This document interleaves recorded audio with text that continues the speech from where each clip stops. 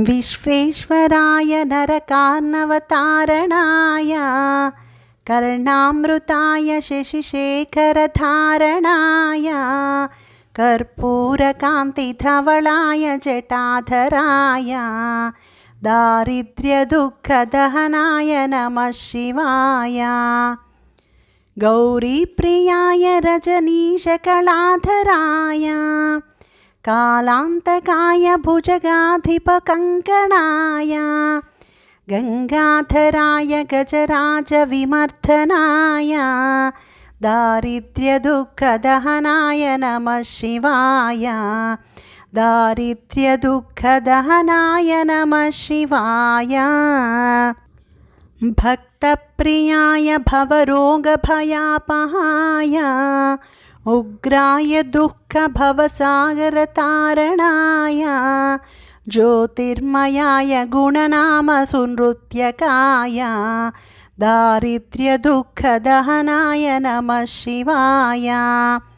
चर्माम्बराय शवभस्मविलेपनाय फालीक्षणाय मणिकुण्डलमण्डिताय मञ्जीरपादयुगलाय जटाधराय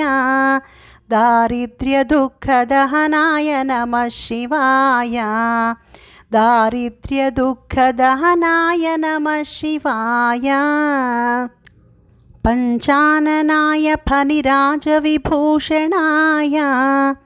हेमाङ्कुशाय भुवनत्रयमण्डिताय आनन्दभूमिवरदाय तमोपयाय दारिद्र्यदुःखदहनाय नमः शिवाय भानुप्रियाय भवसागरतारणाय कालान्तकाय कमलासनपूजिताय नेत्रत्रयाय शुभलक्षणलक्षिताय दारिद्र्यदुःखदहनाय नमः शिवाय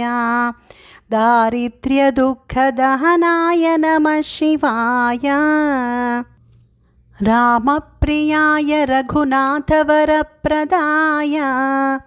नागप्रियाय नरकार्णवतारणाय पुण्याय पुण्यभरिताय सुरार्चिताय दारिद्र्यदुःखदहनाय नमः शिवाय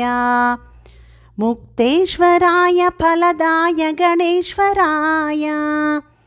गीताप्रियाय वृषभेश्वरवाहनाय मातङ्गचर्मवसनाय महेश्वराय